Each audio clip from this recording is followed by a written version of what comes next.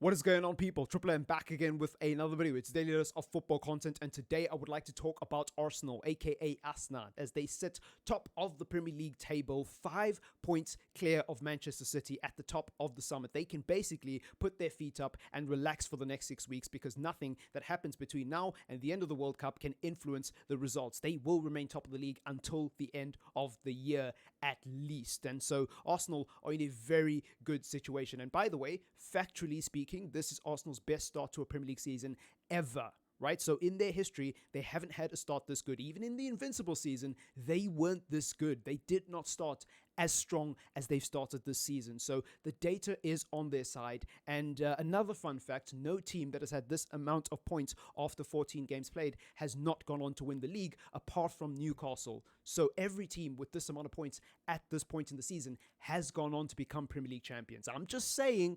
Now, this is how Arsenal lined up. Obviously, Vieira didn't start the game. It was Xhaka who started the game, but he almost became a peripheral figure today because he came off so early, and I don't think there's any point putting him in the tactical board today because he didn't really have a part to play. Arsenal, in build-up, played their usual 2-3-5 setup, and Wolves made things very difficult for them because they played a very rigid 5-3-2 with Adama Traore, and I forget who the other player was playing in the two with him. They were pressing from the front, trying to basically disrupt Arsenal's build-up. One thing I noticed throughout the game, and one thing I've noticed throughout this entire season about this 2-3-5 setup, is that Arsenal, they're a very dynamic team. White isn't the same as Zinchenko. So Zinchenko tends to play very narrow. Zinchenko very much likes to play as basically a midfielder, right? That's basically what he operates as when Arsenal have the ball. Ben White, on the other hand, loves to hug the touchline. He often looks to overlap and give Saka that extra option and give this fullback something to think about. Sometimes maybe overstretching to overcompensate for Ben White being out wide and being virtually unmarked and then giving Saka space to go in. Sometimes that gives Odegaard an option to underlap, or Jesus alternatively to underlap, right? Because if Ben White is coming out here, this guy has got to come and mark him. Then somebody else has got to mark Saka. Somebody else has got to mark Odegaard. And suddenly Jesus is free to occupy all of the space. And what Jesus is very good at doing is he'll drift out wide and create a triangle with Saka, White, and whoever else is on that flank. So Arsenal are very good at moving through tight spaces because of the addition of Gabriel Jesus and how intelligent their team is at making sure they're making overloads on one side. But on the other side of the field, Zinchenko doesn't tend to hug the touchline a lot. Zinchenko likes to underlap. Zinchenko likes to get into this half space over here. And usually because whether it's Xhaka or in today's case Vieira, usually because they are operating in this space, he doesn't want to occupy the same channel or occupy the same corridor and be redundant, right? That's very much a principle of positional play. You don't operate the same corridor as your teammate. You make sure that if your teammate is operating in the half space, you're being useful somewhere else. And so Zinchenko will oftentimes be in this midfield area here, providing additional cover alongside Thomas Partey and giving Arsenal an extra option to rotate. So that's what I really love about this Arsenal team, is that on either side, they are so dangerous, right? We saw when Arsenal scored today, Gabriel Jesus actually was on this side. He received the ball and basically took this fullback on. And what he did when he came in was he drew these two players out of position and basically gave Vieira an opportunity to go in behind. He dribbled past the one, and instead of getting past the second one and being greedy, he was intelligent enough to be aware of Vieira's run to the far post. He played it in, and then Vieira was able to play it across to Odegaard, and it was a beautiful team goal. And again, it highlights how well-oiled this Arsenal machine really is, because everybody knows where they need to be. Everybody knows what they should be doing.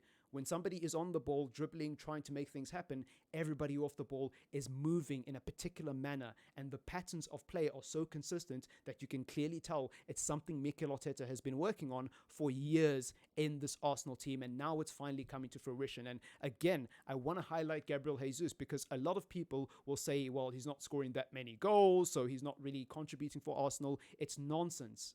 It's absolute nonsense. His movement in tight spaces, his dribbling ability, and just how active he is in terms of dropping into the channels, dropping into open spaces and availing himself as an extra passing option for the midfield players. That is pivotal to the way Arsenal build up. It's so important to be creating overloads and 2v1 situations for Arsenal and giving them that numerical advantage on one side of the pitch. Not many players are capable of doing that. And Gabriel Jesus is a genius. He's a wizard when it comes to off-the-ball movement, but equally when he's on the ball, he's great at navigating tight spaces. And that's so important for this Arsenal team, because virtually every team they come up against in the bottom half of the table, and some teams in the top half of the table as well, play a low block against Arsenal, because they know that Arsenal are looking to dominate possession. They're going to take the attacking initiative. They're going to play the aggressive 2-3-5 setup, or they're going to play the aggressive 3-1-6 setup, which we've seen from Ten Hag's Manchester United, we've seen from Manchester City, and we've seen from a lot of big teams around the world, right? It's becoming a very popular setup. And it's a very aggressive setup intended to create overloads. And so naturally, lots of teams will sit very deep. They'll either play a 5-3-2 or 4-4-2 or a variety of different shapes to try block it. And Arsenal, the way they're able to counteract it is, again, with this system, right? This is how they're able to interact it. Gabriel Jesus basically having the license to operate in the channels. Odegaard also having the license to go up. In some cases, it's Xhaka, but in today's case, it was Vieira, right? Martinelli being very unpredictable. He's capable of taking a man on. Sometimes he'll cut in and look to shoot. Sometimes he'll look to go for the cross. Sometimes he'll just lay it off back to Zinchenko. Sometimes he'll play it into Jesus. Like, there's so many options that Arsenal have at any given time. Equally on the other flank, Saka can do the same thing. Saka's capable of taking a man on. Saka's capable of cutting in and looking for a shot. He's also capable of laying it off to Ben White. He's capable of laying it to Jesus in the half space. So you never know. Are Arsenal going to overlap? Are they going to underlap? Is it going to be a dribble to a shot? You never know what they're going to do. They have so many dynamic options. They're not a one-dimensional team, is what I'm trying to say. And so that's what really impressed me the most about them today. Now, defensively, there wasn't really much to talk about when it comes to Arsenal's defense. Yes, Gabriel made a mistake, which could have easily led to a penalty and could have easily got himself into trouble. He was lucky that it was outside the box. He got booked, I believe. It was a challenge on Adama Traore,